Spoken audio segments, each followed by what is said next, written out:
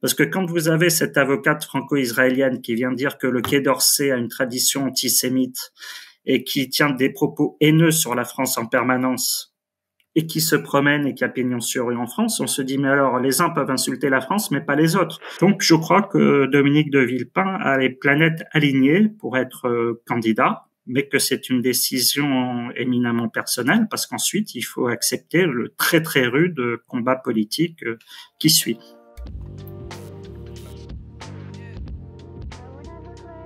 Bienvenue dans cette nouvelle interview du Média en 442. Aujourd'hui, j'ai le plaisir de recevoir Erwan Davout. Bonjour Erwan. Bonjour, merci pour votre invitation. Merci à vous d'être là.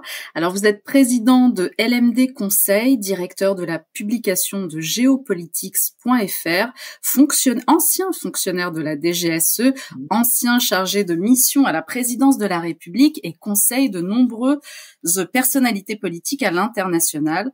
Ensemble, nous allons parler de l'avenir de la France. C'est un bien grand mot, là.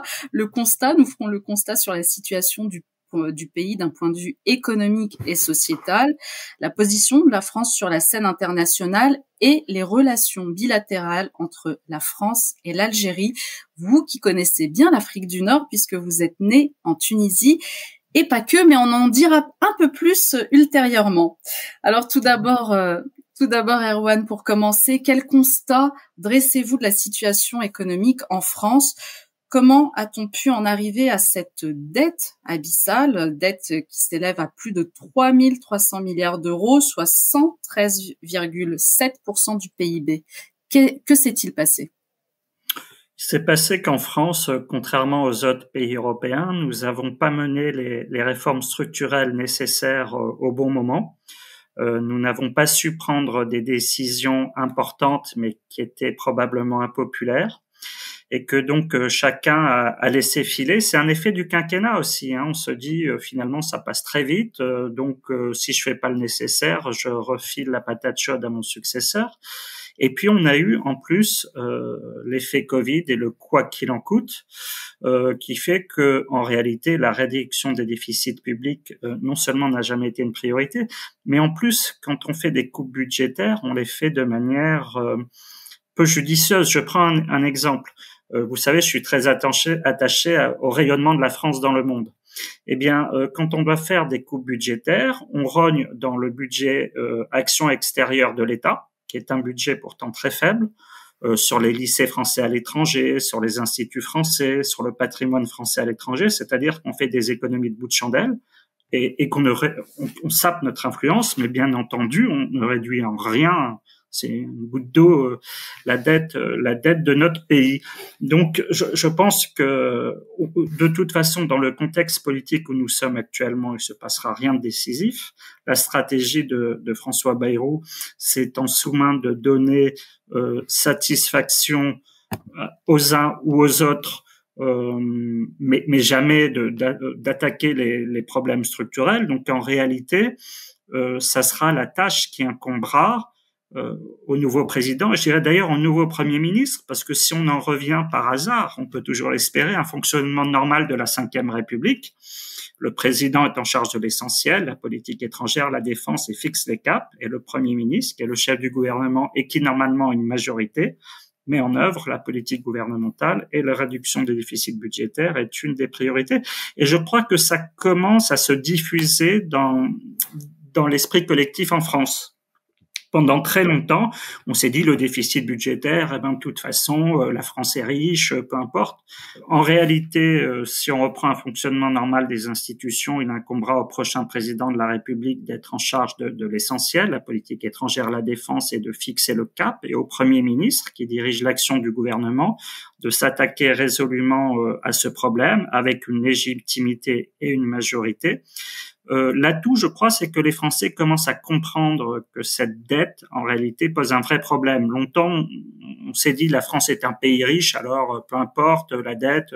En fait, on réalise que cette dette, c'est les générations futures qui la paieront, que le déficit budgétaire, c'est des impôts qui augmentent, et qu'en plus, la France est dans une telle position, on lui conserve pour l'instant sa notation de manière très artificielle dans les agences de notation. mais la réalité fait que normalement, le prochain coup, la France devrait rétrograder et donc sa capacité à emprunter sera moindre. Donc voilà, c'est le résultat de plusieurs années. Bon, ça a débuté. Il y a eu pour déculpabiliser un petit peu les politiques, il y a eu quand même de vraies crises. Il y a eu la crise financière de 2008 et il y a eu le Covid. Mais la manière dont on les a traités en France n'est pas celle de la plupart des autres pays européens. Vous parliez tout à l'heure justement des décisions qu'auraient pu prendre les politiques, des décisions peut-être impopulaires. Quelles sont-elles ces décisions qui auraient pu être prises, par exemple? Nous savons qu'en France, il y a la question de la taille du secteur public. Et le problème, c'est qu'on sait qu'on manque de personnel et de moyens dans certains domaines, la santé, la sécurité, mais que dans le même temps, l'éducation. Éducation, oui, on ne fait pas les coupes. Là, on pourrait les faire. Je pense par exemple aux collectivités locales et au millefeuille administratif français qui est totalement invraisemblable. Il y a là des économies à faire absolument prodigieuses en réorganisant le maillage du territoire. Il faut bien entendu faire sauter un échelon. Il faut, il y a un millefeuille administratif qui s'auto-entretient, qui s'auto-justifie et qui empêche de faire les coupes budgétaires nécessaires. C'est très clair. Et puis, il y a une question aussi d'imposition à revoir. Le bon impôt, c'est celui qui est neutre pour la population, qui rapporte beaucoup à l'État. À cet égard, l'impôt sur le revenu qu'on a en France, c'est exactement le contraire. C'est-à-dire qu'en gros, il rapporte pas énormément à l'État, mais pour ceux qui le payent, il est assez confiscatoire. Donc il y a des grands chantiers, que ce soit la fiscalité, la taille du secteur public, la question des retraites. Bien sûr qu'une réforme des retraites est nécessaire, mais celle qui a été conduite n'est probablement pas la bonne. Une réforme est nécessaire, mais celle-là est à la fois injuste et inefficace parce qu'elle garantit pas la pérennité de notre système. Le chantier est immense auquel devra s'atteler le prochain exécutif, mais pour le faire, il faut une légitimité, il faut une majorité, il faut un élan politique que clairement le pouvoir actuel n'a plus. Ce sont en réalité des mois et des années qui sont perdus pour réformer l'économie française. Alors, qu'est-ce que vous pensez justement de cette loi des finances qui semble se dessiner? Là, on attend juste que la commission paritaire mixte finalise un texte de compromis. Qu'est-ce que vous en pensez là? Cette loi, elle est basée sur un effort de 32 milliards d'euros d'économie afin de ramener donc le déficit public à 5,4%, alors en 2025, alors qu'il était vers 6,5 je crois pour 2024. Alors c'est une réduction de 800 millions d'euros pour aide au développement, une baisse d'1 milliard pour le logement et l'écologie, 600 millions sur la recherche et l'enseignement supérieur. Est-ce que tout ceci est réalisable? Et j'ajouterais même sur le sport aussi, qui est oui, sur le sport, effectivement, très durement touché. Et c'est grave parce qu'en réalité, on se rend compte que dans notre nation, l'un des derniers ciments d'unité nationale, hélas, c'est le sport. Ce vivre ensemble, ce brassage de tous les milieux sociaux, c'est le sport. Et on y touche. Et on touche en réalité à des domaines qui sont des domaines d'avenir. Donc, je pense que c'est un budget qui n'a pas de vision. C'est un budget, en fait, qui est le plus petit dénominateur commun pour éviter la chute du gouvernement Bayrou.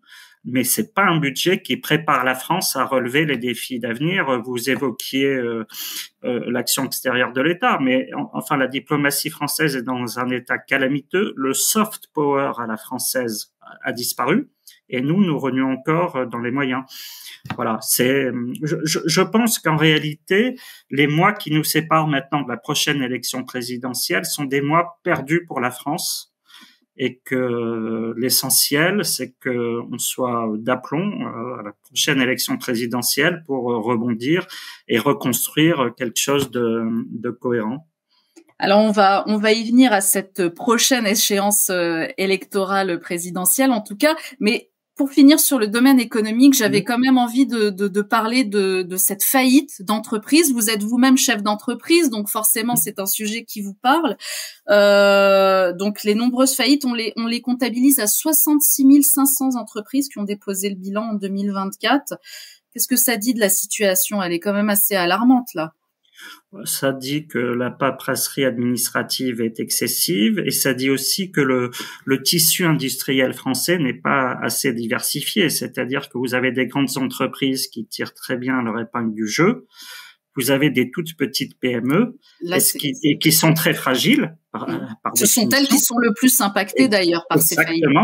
Exactement. Et l'un des enjeux, c'est qu'on arrive à construire ces grosses PME robustes, résistantes, qui peuvent résister à la conjoncture. Et c'est ce qui fait défaut dans le tissu industriel français. Ces petites entreprises, elles sont trop dépendantes de la conjoncture. Je pense à celles qui avaient investi dans l'immobilier, notamment. Voilà, on a des règles administratives, fiscales, qui sont quand même extrêmement lourdes en France, même s'il y a des efforts qui sont faits, et qui sont un petit peu l'exception française au mauvais sens du terme. C'est vrai que le côté administratif français est quand même assez archaïque encore. On est bien loin des facilités, par exemple, qu'on peut trouver aux États-Unis. Oui, c'est un état d'esprit, c'est-à-dire que chez nous, il y a le principe de suspicion a priori au lieu d'avoir un principe de confiance, ce qui ne veut pas dire qu'il ne doit pas y avoir de contrôle ensuite, mais en fait, on fait tout pour vous décourager au départ, de vous lancer, et on fait rien pour vous aider une fois que vous êtes lancé, mais que votre situation est encore fragile. C'est la résultante d'un système économique qui n'a pas évolué comme il aurait dû le faire. L'exception française qui longtemps a été une fierté nationale est devenue par certains aspects un archaïsme français. Et puis on en revient à ce millefeuille administratif et territorial. Les chefs d'entreprise ne savent pas à qui ils doivent s'adresser, qui est compétent sur quoi. C'est moi qui viens de l'administration, j'ai du mal. J'imagine des personnes moins au fait du millefeuille administratif français. C'est d'une complexité effrayante pour aller chercher le bon interlocuteur, le trouver, avoir une réponse. Voilà. Oui, c'est un peu un casse-tête qui me fait toujours penser. Alors, c'est peut-être pas la bonne image, mais ça me fait toujours penser aux 12 travaux d'Astérix. Pour ceux qui connaissent, où on vous renvoie d'un bureau à un autre, et c'est exactement ce qui se passe. Et vous perdez votre énergie, votre temps à ça, plutôt qu'à créer, à investir, innover. Alors, pour en revenir à cette échéance électorale, on ne peut pas dire que la pluralité politique existe en France. Voilà, la gauche n'existe plus, la droite n'existe plus. Tout finalement, c'est un peu un micmac de partis politiques avec des étiquettes, mais qui n'existent plus vraiment. Vous qui vous revendiquez quand même étant d'inspiration gaullienne, chiracienne, soutien à Dominique de Villepin, j'imagine que là, c'est pas quelque chose qui vous ravit de voir, en tout cas, le panel politique dans cet état. Non, le macronisme a explosé tous les repères. Dépasser le clivage droite-gauche, pourquoi pas, mais c'est pas ce qui s'est produit, en fait. On est allé chercher des ambitieux et des impatients à droite et à gauche pour construire une formation un petit peu hors sol de tous ceux qui voulaient exercer des responsabilités et vite. Et le macronisme n'a pas de cohérence idéologique. Il a réussi un certain temps à capter un espace central qui a contribué à rabougrir le PS et faire de la même chose avec les Républicains, qui sont toujours un petit peu dans la même inspiration et la même stratégie, qui est de tenir un discours qui ressemble de plus en plus à celui du RN, qui fait que leur utilité est vraiment sujette à caution. Pourquoi voter LR aujourd'hui? La question est ouverte. Quant à la gauche, elle est cassée en deux. Et d'ailleurs par deux leaders dont on connaît l'animosité, François Hollande et Jean-Luc Mélenchon. Moi, ce qui m'a étonné, c'est qu'ils arrivent, même si c'était totalement artificiel et vraiment de bric et de broc, à faire taire cette divergence législative pour créer ce nouveau front populaire. Mais il est clair qu'il y a deux gauches.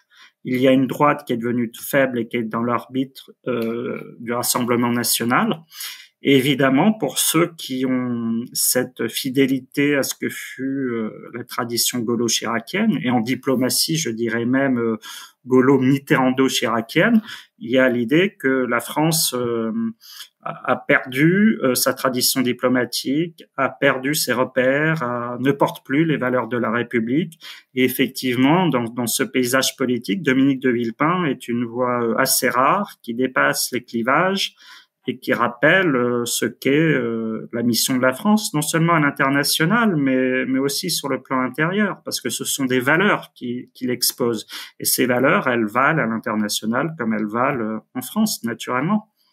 Vous pensez qu'il se portera candidat pour 2027? Alors, il l'a laissé suggérer là récemment dans une interview, mais il a franchi un pas significatif, c'est vrai, et je crois qu'au-delà, sa décision, personne ne peut la prendre, c'est vraiment éminemment personnel, parce que quand vous êtes candidat à la présidence de la République, dès que vous annoncez votre candidature, ça fuse de partout. Il faut être blindé, il faut vouloir répondre et tout cela.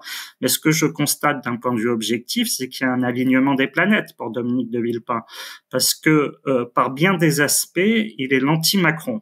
C'est-à-dire que Macron est dans la com, Villepin est un homme politique ou un homme d'État qui s'inscrit dans une tradition historique, qui a beaucoup écrit sur l'histoire de France. Enfin, il est bien identifié politiquement, une idéologie, un courant. Il n'est pas l'homme de l'instant non plus. C'est aussi celui qui, je pense, serait capable de redonner un peu de prestige et de prestance à la fonction présidentielle. Il a cette prestance qu'incarnait la France, hein. Oui, exactement. Il a ce côté anti-Macron qui sera, à mon avis, un facteur très favorable à la prochaine élection présidentielle. Il y a qu'à voir comment Édouard Philippe et Gabriel Attal font tout pour liquider le macronisme et faire comme s'il n'en avait pas été, tout simplement parce qu'ils sont conscients que c'est un héritage très lourd à porter. Donc Dominique de Villepin, lui, de ce point de vue, est préservé puisqu'il était hors système. Deuxièmement, il a un autre facteur très favorable, c'est que l'international va occuper une place majeure dans les débats, et ça, c'est quelque chose de relativement récent. Dans les élections présidentielles françaises, en général, l'international est à peine abordé. Un exemple, pendant le débat Sarkozy-Hollande en 2012, 2 minutes ont été consacrées à l'international parce que ça apparaissait comme un luxe. La réalité est maintenant très différente. On a vu que les chocs géopolitiques, les conflits internationaux avaient des répercussions directes pour les Français, que ce soit l'inflation, que ce soit la fracturation de la société française, les conflits qui nous entourent ont des répercussions directes. Donc avoir quelqu'un qui a cette force à l'international et cette vision, ça peut être rassurant pour les Français, et c'est là que Dominique de Villepin est, à mon avis, l'homme de la situation dans ce contexte géopolitique, géoéconomique que l'on connaît, où on assiste à un retour du droit du plus fort, de la force brutale dans les relations internationales, au détriment du droit international. Ce que ça favorise les grandes puissances, même si c'est totalement immoral, c'est un fait. Mais pour un pays comme la France, qui n'est plus une grande puissance, ne plus avoir un soft power à exporter, certaines idées à défendre, le droit international non seulement à promouvoir mais à faire respecter. Je dis que c'est suicidaire et c'est se condamner à avoir une diplomatie totalement inaudible. Or, Dominique de Villepin est celui qui est capable de porter à l'international des valeurs, le respect du droit international, comme il le fit d'ailleurs quand il était ministre des Affaires étrangères. Je vous rappelle que la France chiracienne ne s'était pas opposée seule à la guerre en Irak. Elle était à la tête d'une très large coalition qui avait mis les États-Unis en minorité à l'Assemblée générale des Nations unies. Donc, je crois que Dominique de Villepin a les planètes alignées pour être candidat, mais que c'est une décision éminemment personnelle parce qu'ensuite, il faut accepter le très, très rude combat politique qui suit. Et puis, il y a un autre aspect aussi que vous avez souligné, c'est que vous nous dites que Dominique de Villepin est hors système, il est hors du système. Et quand on est hors du système, est-ce que ça nous porte pas préjudice, en tout cas pour un futur éventuel candidat, est-ce que ça ne lui portera pas préjudice d'être hors système? Alors, il y a deux aspects. Certains médias ne voient bien entendu pas d'un bon œil sa candidature, ne lui feront pas de cadeau, c'est évident parce qu'il n'est pas mainstream. Mais d'un autre côté, être anti-système quand le système s'effondre, parce que c'est bien ce à quoi on assiste. Pour moi, la France est dans une situation critique. En 1789, vous aviez une élite qui n'était plus légitime. La Révolution française. On est dans cette situation. En 1940, la France était occupée. Ce n'est pas le cas, mais on sent bien que la France est soumise à des influences étrangères diverses très fortes qui lui font perdre sa singularité. 1958, les institutions étaient paralysées, c'est le cas aujourd'hui.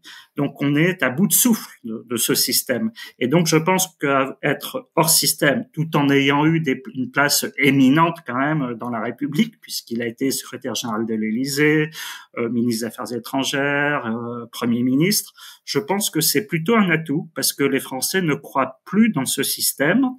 Et ils se trouvent dans une situation où, globalement, ils vont avoir le choix entre le Rassemblement national ou quelqu'un hors système en qui ils peuvent croire. Et je pense que Dominique de Villepin est celui-là. Est-ce que vous pensez à quelqu'un en particulier quand vous dites un candidat hors système? Dominique de Villepin, parce qu'il y en a d'autres aussi qui vont se présenter visiblement, en tout cas. Oui, mais bien sûr. Mais quand le système s'effondre, quand la fonction présidentielle est désacralisée, quand on promeut à des postes des jeunes de 34, 35 ans, 38 ans, à des postes qu'on occupe normalement en fin de carrière, on est dans un système où chacun se dit, je vais tenter ma chance.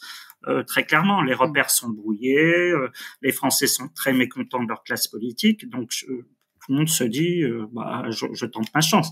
Après, il y a la question des 500 signatures, et puis surtout, il y a la question de la crédibilité.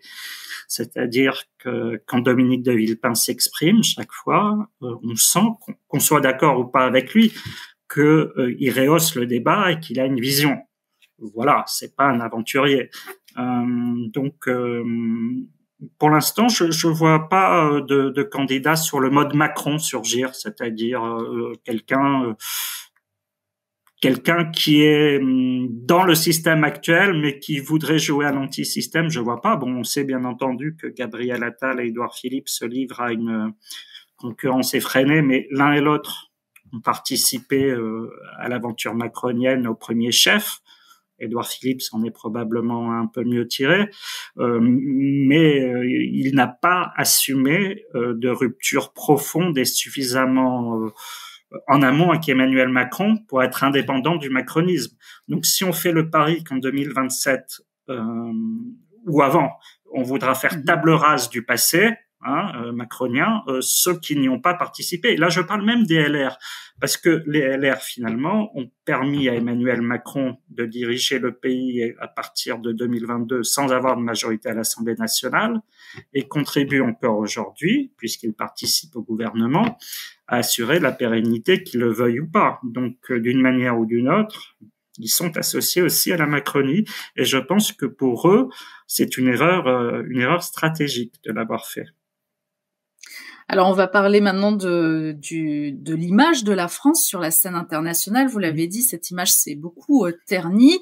On voit bien que la France est devenue en quelque sorte le vassal de l'Union européenne, le vassal aussi des États-Unis. Qu'est-ce que vous avez pensé de l'élection déjà de Donald Trump à la tête des États-Unis et puis de son investiture là toute récente? Son élection, en réalité, c'est un syndrome que l'on retrouve un petit peu partout. C'est la recherche de l'homme fort, puissant, et qui incarne la volonté du peuple. Moi, j'avais coutume de dire que Donald Trump est plus le président des Américains que de la République fédérale américaine. C'est-à-dire, il est un élu du peuple américain, et à la limite, les valeurs portées par les États-Unis ne l'intéressent pas vraiment à l'international. Il est, son investiture, il y a toujours un petit peu de provocation chez Donald Trump, mais les décrets qu'il a signés, c'est à peu près ce qu'il avait dit. Donc du coup, on peut pas lui faire le reproche maintes fois entendu de ne pas tenir ses promesses. Il les tient pour le meilleur et pour le pire. Donc je crois qu'on a là un homme très fort, puisque en plus du charisme personnel, il a la majorité au Congrès. Il s'encombre peu des règles du droit international, Et je pense que pendant 4 ans au moins, son but sera de faire prévaloir les intérêts des Américains, peu importe le moyen. Et voilà. Et dans cette affaire, alors il a en face de lui des puissances comme la Chine, à un niveau moindre la Russie, mais l'Europe, que pèse-t-elle? À mon avis, quasiment rien. Quasiment rien, parce qu'elle est un nain géopolitique. Elle n'a pas de défense commune, elle n'en aura jamais. Elle n'a pas de politique étrangère commune. Ce n'est plus possible depuis que l'Europe est aussi élargie, parce que les États ont des intérêts, des histoires, des zones géographiques de prédilection très différentes. L'Europe a été pionnière sur la transition écologique, mais elle dispose d'aucune des matières critiques qui permettent justement ces matériaux d'aller vers la transition écologique qui se trouvent, je parle du lithium, du cobalt, du nickel, des terres rares, qui se trouvent toutes ces matières dans les BRICS, dans les pays du Sud, avec lesquels les relations sont tendues. Donc je crois qu'on entre dans un monde où les États-Unis vont exprimer leur puissance sans retenue, comme jamais peut-être, qu'ils vont consacrer une grande partie de leur attention à la Chine, parce qu'ils considèrent l'Europe comme acquise, comme un vassal qui n'a pas d'indépendance stratégique.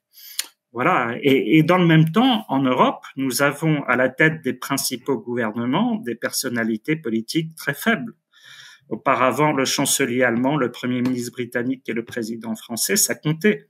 Or, ces 3 institutions-là sont très affaiblies aussi. Et à la tête de la Commission européenne, Ursula von der Leyen, dont j'ai coutume de dire que c'est la seule qui aura fait partie à la fois de l'administration Biden et de l'administration Trump. Donc voilà, l'Europe est sous tutelle et l'Europe n'a pas de dirigeants forts capables de défendre les intérêts nationaux.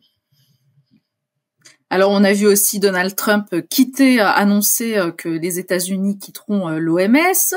Il a quitté aussi le traité du climat de Paris. L'accord de Paris, oui. Est-ce que la France ne pourrait pas, d'ailleurs, est-ce que ce serait pas une solution qu'elle sorte de l'Union européenne? Alors, ce qui est sûr, c'est que Donald Trump a aboli les règles du multilatéralisme, qui pour lui ne signifie rien. Il est dans l'unilatéralisme complet. Il peut se le permettre, parce qu'il est à la tête d'une grande puissance. Ce faisant, il sape quand même les fondements onusiens de l'OMS, du climat de Paris, vu le poids financier supporté par les États-Unis. C'est-à-dire que le retrait américain enlève une part de leur efficacité à ces traités, mais il y a aussi la question de savoir comment peut survivre l'OMS sans les financements américains. Donc Donald Trump se libère des entraves. La France, elle, est entravée. Simplement sortir de l'Union européenne, ce n'est pas la même chose pour un pays moyen comme la France, avec un rayonnement fort limité, que décider de prendre une autonomie complète quand on est une grande puissance.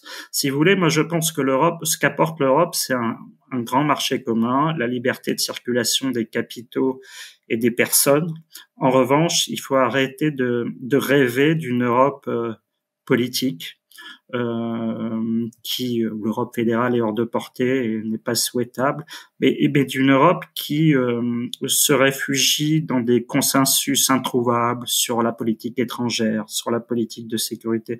Tout ça, c'est plus possible. L'Europe, ça doit être un espace économique commun, puisqu'on ne pèse plus suffisamment, et que je crois qu'il y a la nécessité d'être une grande zone économique, mais que les États reprennent leur souveraineté dans les matières régaliennes, ça me paraît très important. Je pense que on est allé un petit peu trop loin dans les traités, et qu'on a continué à avancer comme si on était l'Europe des 6 membres fondateurs, des 9 ou des 12, qui pouvaient avoir une cohérence. On est maintenant 27 et il y a plus de cohérence et de priorité globalement partagées dans cette Europe.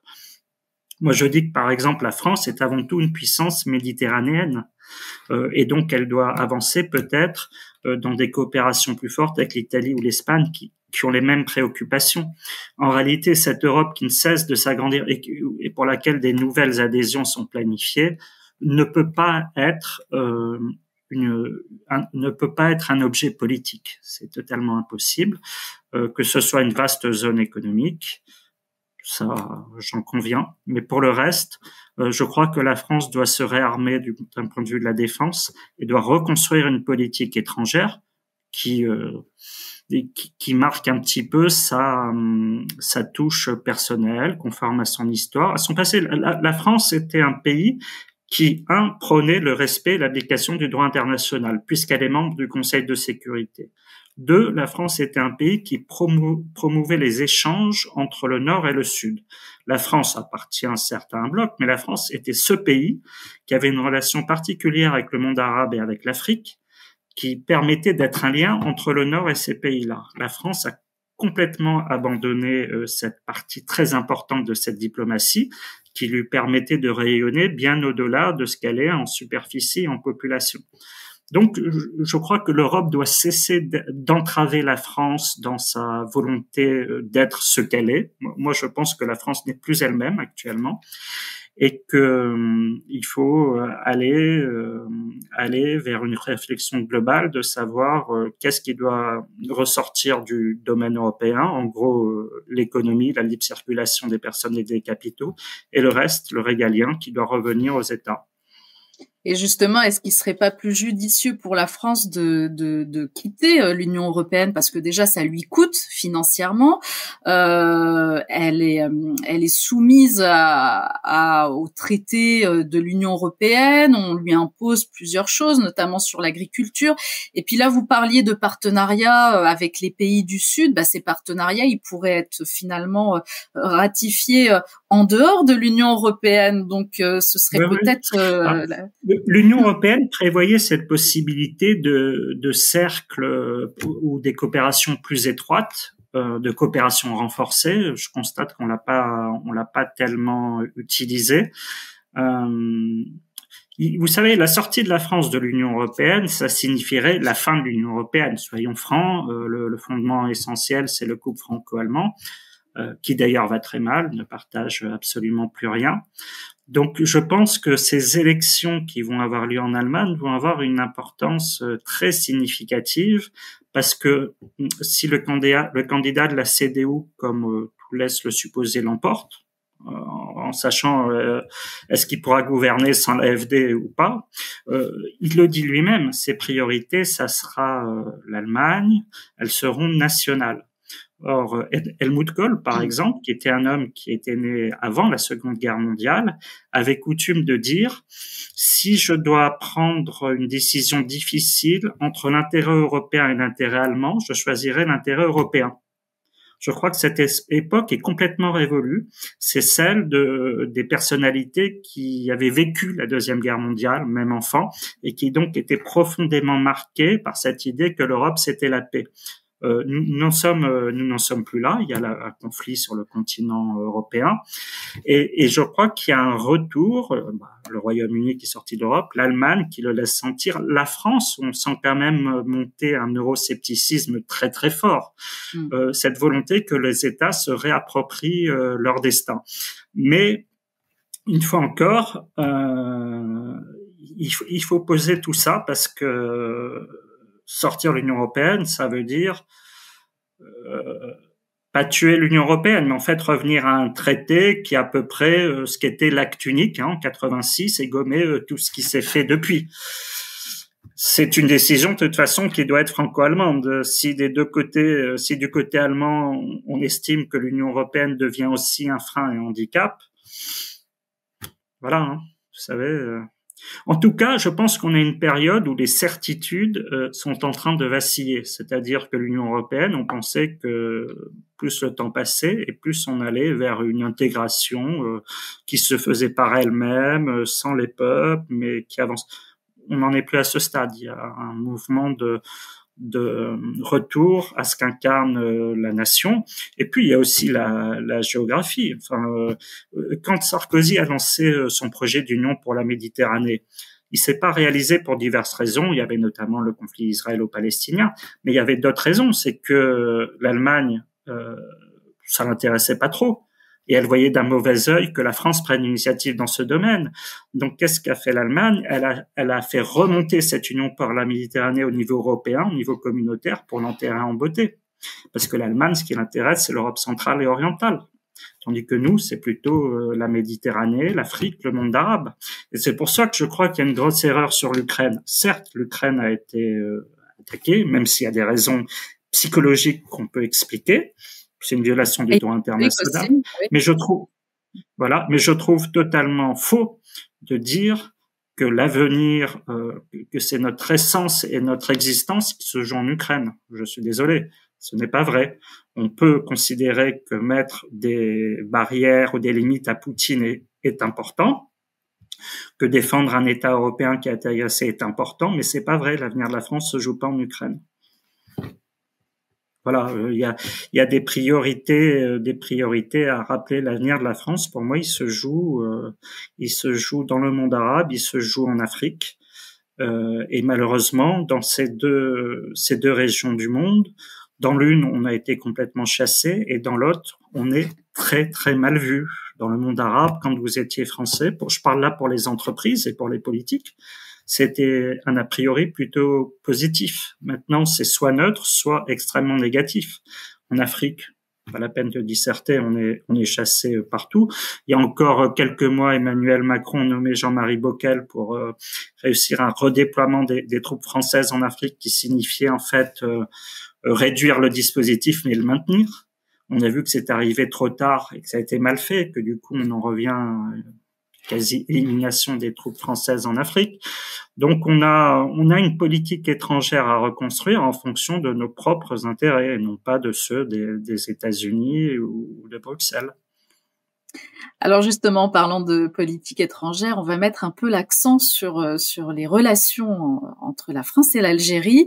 Alors je l'ai dit dans votre présentation, vous êtes né effectivement en Tunisie, mais ce que je n'ai pas dit, c'est que vous avez été candidat aux élections législatives françaises, donc anticipées du mois de juin 2024, dans la 9e circonscription des Français de l'étranger, qui concerne donc le Maghreb et l'Afrique de l'Ouest.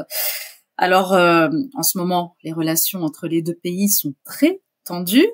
Alors, on a tout d'abord cette visite en catimini du patron de la DGSE, Nicolas Lerner, qui s'est rendu à Alger. Je dis en catimini parce qu'en fait, c'est une info qui a été révélée par Le Figaro. Et donc, Nicolas Lerner s'est entretenu avec le général algérien Fethi Moussaoui, qui est alias le général Sadek.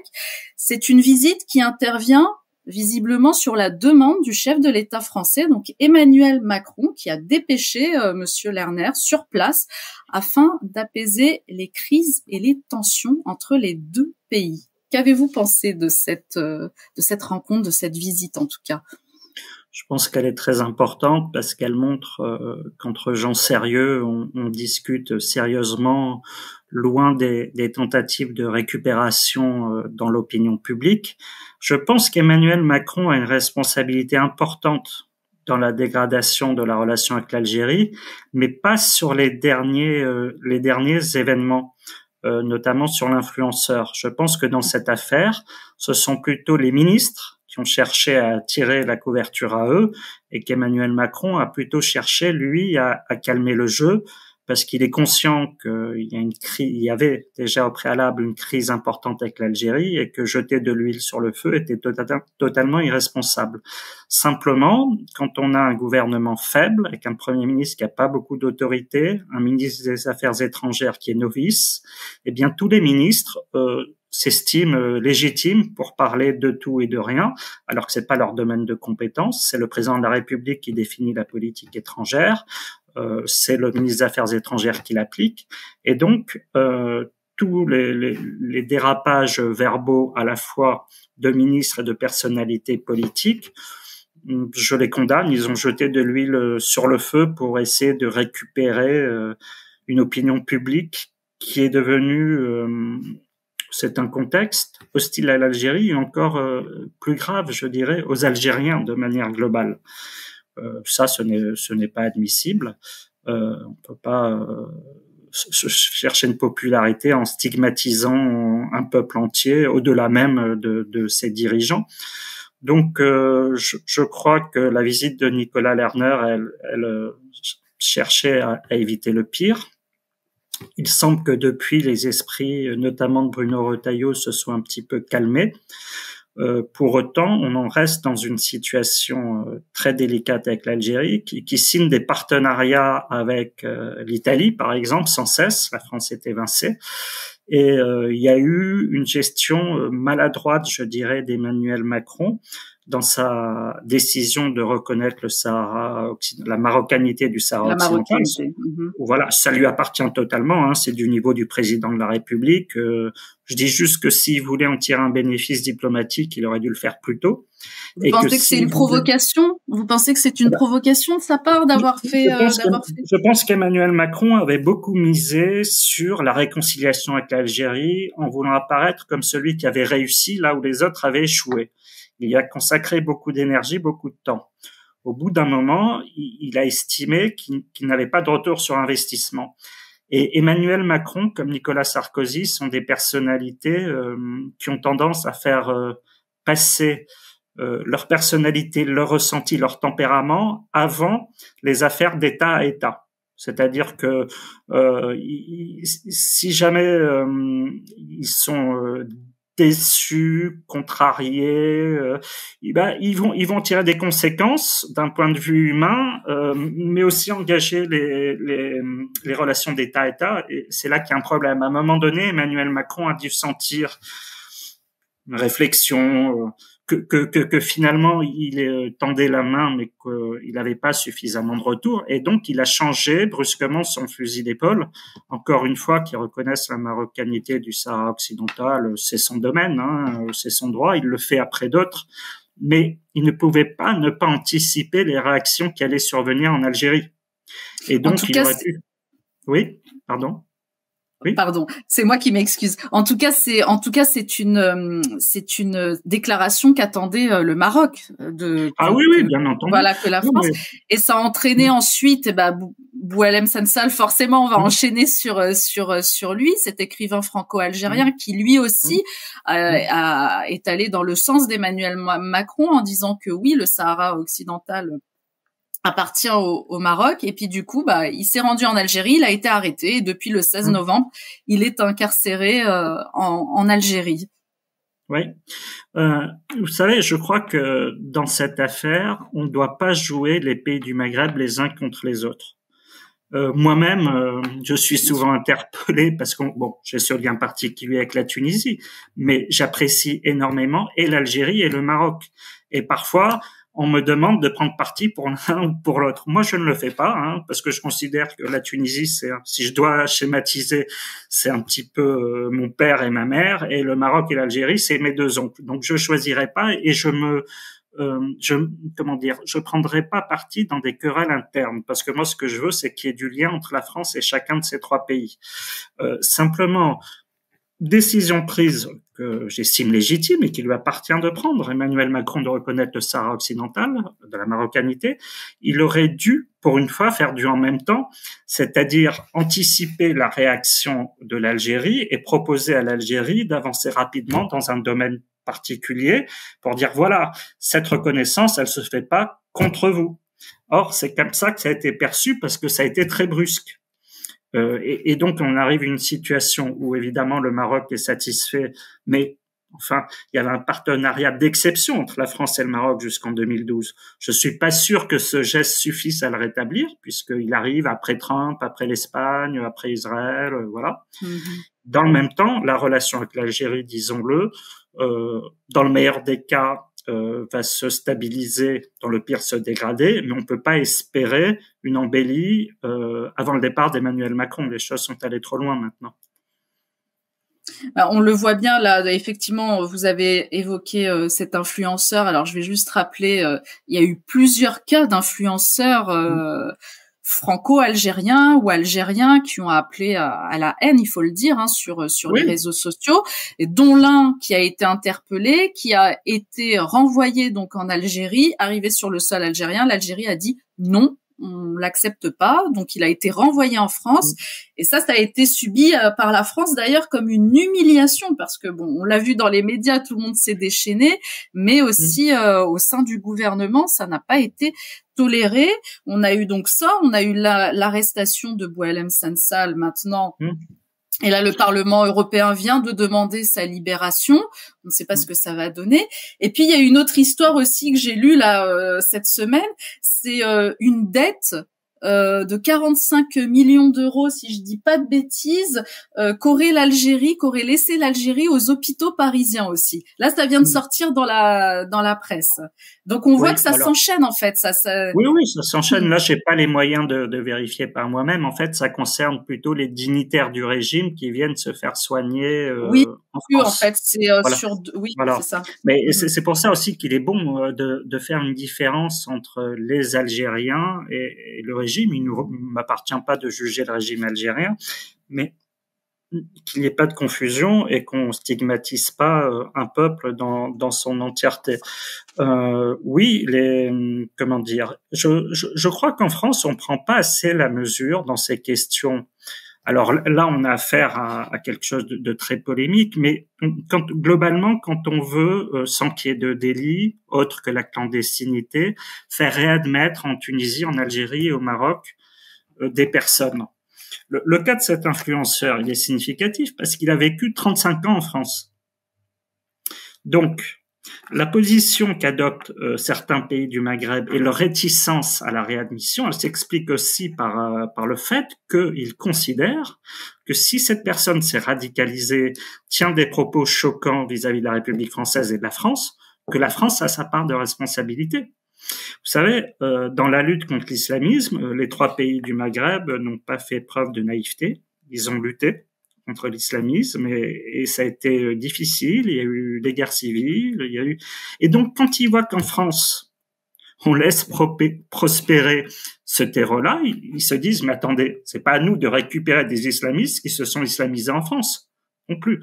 Donc, il faut comprendre aussi parfois cette réticence à la réadmission. En revanche, la France est un État souverain. Une fois que la justice a parlé et a dit qu'une personne constitue un trouble à l'ordre public ou qu'elle avait tenu des propos de nature à troubler l'ordre public, que la France décide de l'expulser, c'est son droit le plus absolu. Mais il faudrait quand même, si vous voulez, pour que ça soit mieux admis, qu'on n'ait pas le sentiment, là encore, qu'il y a toujours du 2 poids 2 mesures. Parce que quand vous avez cette avocate franco-israélienne qui vient dire que le Quai d'Orsay a une tradition antisémite et qui tient des propos haineux sur la France en permanence et qui se promène et qui a pignon sur rue en France, on se dit, mais alors, les uns peuvent insulter la France, mais pas les autres. Et il faudrait qu'il y ait un peu de cohérence et que tous ceux qui pensent le plus grand mal de la France et de la République aillent voir ailleurs, mais pas simplement les Algériens. Qu'est-ce que vous pensez alors Bernard Lugan, qui est historien, qui est spécialiste de l'africanité, a déclaré là cette semaine que la France a rampé, je le cite, en chemise, la corde au cou depuis 1962. Il qualifie la France d'ectoplasme qui s'aplatit à chacune de leurs demandes, si que les Algériens, et que l'Algérie a poussé le bouchon de plus en plus loin. Et lui qui, pour le coup, prouve historiquement que le Sahara occidental appartient au Maroc. Bon, de toute façon, cette question maintenant, elle est tranchée. Donc, la France ne va pas se déjuger en revenant sur une lettre que le président de la République a envoyée à Sa Majesté le roi du Maroc. Donc ça, c'est un acquis. Donc, il faut en tenir compte, mais ça n'empêche pas d'aller de l'avant avec l'Algérie. Et encore une fois, il faut différencier un régime et un peuple.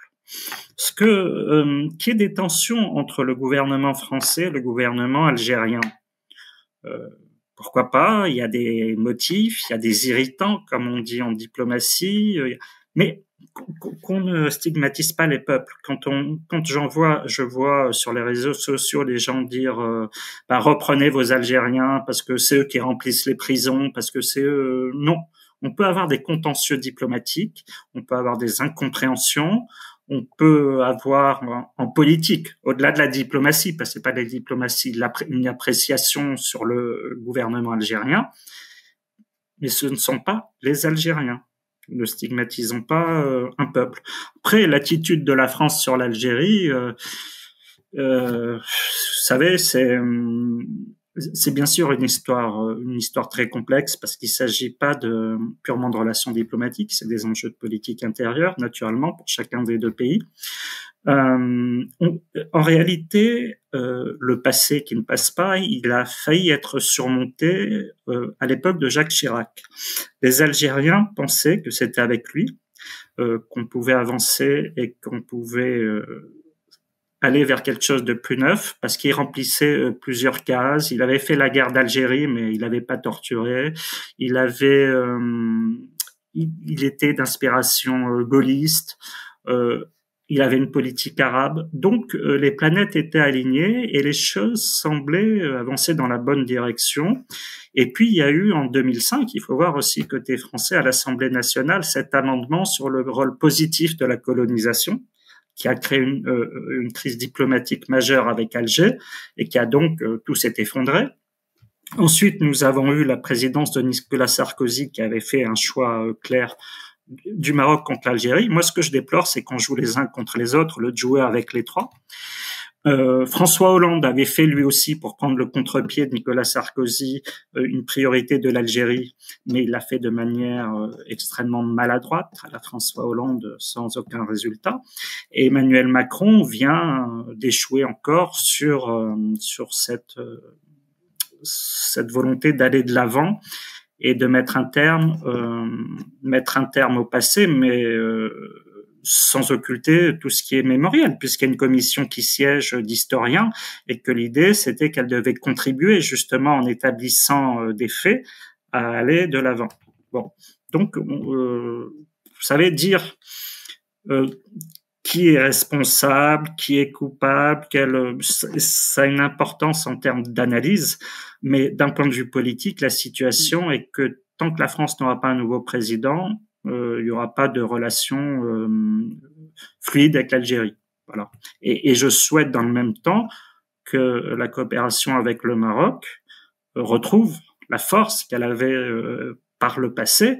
Je vous dis, moi, j'ai jamais vu jusqu'en 2012. C'est une des choses que Nicolas Sarkozy a su préserver après Jacques Chirac. J'ai jamais vu une relation qui était aussi qualitative et intense que la relation franco-marocaine jusqu'en 2012. Donc là aussi, nous avons, les choses sont décrispées, mais là aussi, nous avons un long chemin à parcourir pour que la France redevienne une puissance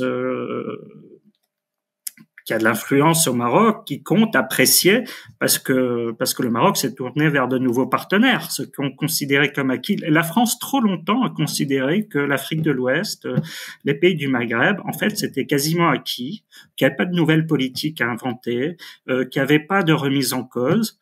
Et puis, on voit ce qui se passe quand même. Et pour autant, la France ne pourra pas être un pays qui compte diplomatiquement tant qu'elle n'aura pas des relations de qualité, de proximité et intenses avec le Maghreb et avec l'Afrique. C'est ce qu'on verra certainement à la prochaine échéance électorale, en tout cas. Néanmoins, le problème de l'immigration demeure en France, et vous avez parlé de récupération en ce qui concerne les Algériens, récupération par l'extrême droite. C'est un vrai problème, l'immigration. Oui, c'est un vrai problème, mais j'ai envie de dire agissez plutôt que de parler. C'est-à-dire qu'on agite des chiffons rouges dans l'opinion. On a un discours martial, parce que depuis Nicolas Sarkozy, être ministre de l'Intérieur, ça consiste à beaucoup communiquer pour dire que l'immigration est un des principaux problèmes en France. Le problème existe, mais traiter les questions de manière sereine et dépassionnée plutôt que de lancer des slogans dans l'opinion publique. Voilà, la France a complètement raté sa politique d'immigration choisie. Elle subit l'immigration et dans le même temps, alors qu'elle laisse rentrer n'importe qui, elle n'est pas capable de valoriser, de dire merci à ceux des immigrés qui contribue très efficacement à son économie. Et en fait, il suffit d'aller dans un hôpital en France pour se rendre compte que s'il n'y avait pas les médecins tunisiens, algériens et marocains, cet hôpital, il fonctionnerait pas. Donc, l'immigration choisie.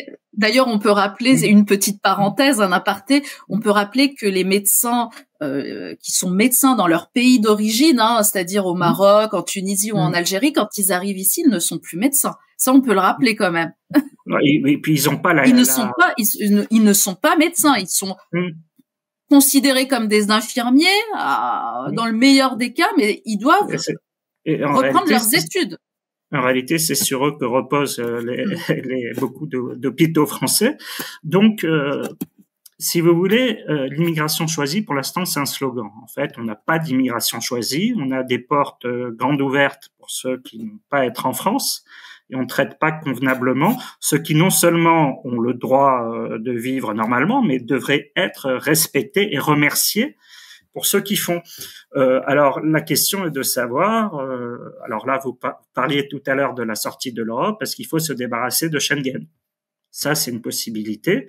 Mais je dis encore une fois, agissons plutôt que d'enflammer l'opinion publique sur des cas précis, parce que expulser un tel ou un tel, c'est pas ce qui va régler la question migratoire. Et ayons dans le même temps une politique étrangère et de coopération digne de ce nom.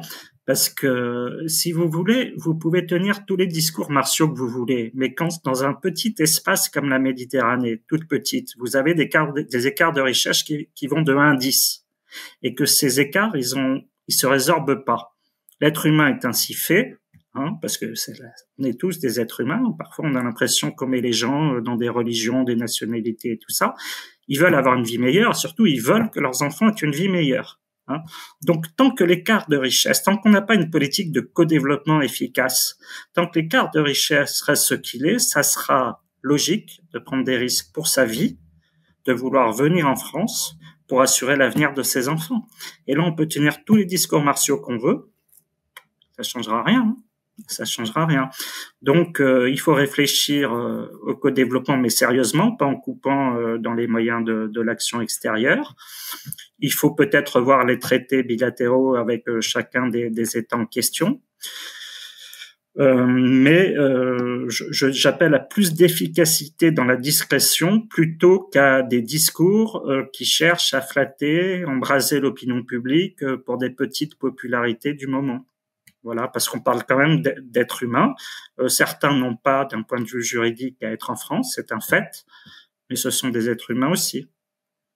Alors on a aussi, où réside le problème aussi, c'est toutes ces personnes sous OQTF et qui ne sont finalement pas, qui ne repartent pas dans leur pays d'origine, mais qui sont sous le coup de la loi aussi pour souvent. Alors on a vu dans la presse pour des violences, pour des agressions parfois très graves. Ça aussi c'est un vrai problème et c'est sur ces points-là que joue l'extrême droite. Oui, tout à fait. Et la question des mineurs non accompagnés aussi, qui jouent sur leur âge pour apparaître comme mineurs alors qu'ils sont majeurs et être inexpulsables. Mais si vous voulez, à un moment donné, il faut réfléchir aux règles de droit. Là, on parle de la Convention européenne des droits de l'homme qui a été créée pour donner toujours plus de droits à l'individu contre l'administration, contre l'État, contre la puissance publique. C'est toute une philosophie, en fait. Est-ce qu'on est prêt à rompre avec cette philosophie ou pas? C'est une question qui se pose. C'est par exemple une question qu'on pourrait poser aux Français plutôt que les sujets totalement inintéressants que Emmanuel Macron semble vouloir mettre sur la table dans les référendums. Est-ce qu'on doit toujours être membre de la Convention européenne des droits de l'homme, puisqu'en plus c'est en dehors de l'Union européenne, ça remet pas du tout en cause. Est-ce que vous êtes favorable à ce qu'on y reste ou est-ce qu'on la quitte? Voilà, c'est une question qui se pose. Mais encore une fois, il y a toujours des politiques publiques qui peuvent être plus adaptées, des décisions qui peuvent être prises, mais n'en faisons pas le seul enjeu du débat public en stigmatisant des nationalités. Voilà. Oui, c'est vrai que dans les faits, les actes de délinquance ou les crimes, la population étrangère est surreprésentée, c'est un fait. mais elle est aussi surreprésentée dans les catégories de population en grande précarité, en désespérance sociale. Donc, là aussi, est-ce que c'est la qualité d'étranger qui fait qu'on commet ces actes, ou est-ce que c'est la situation socio-professionnelle qui conduit? C'est un grand débat. Voilà. Donc, il faut, je pense, on a en France on a de plus en plus une difficulté à penser que l'autre, différent dans sa nationalité, sa religion, sa culture, sa couleur de peau, peut aussi être une chance. Il y a un a priori négatif qui s'est établi sur l'autre, celui qui est différent. Et je trouve pas ça sain, ce n'est pas conforme à l'histoire de France, et c'est pas de cette manière que la France retrouvera un avenir, un rayonnement.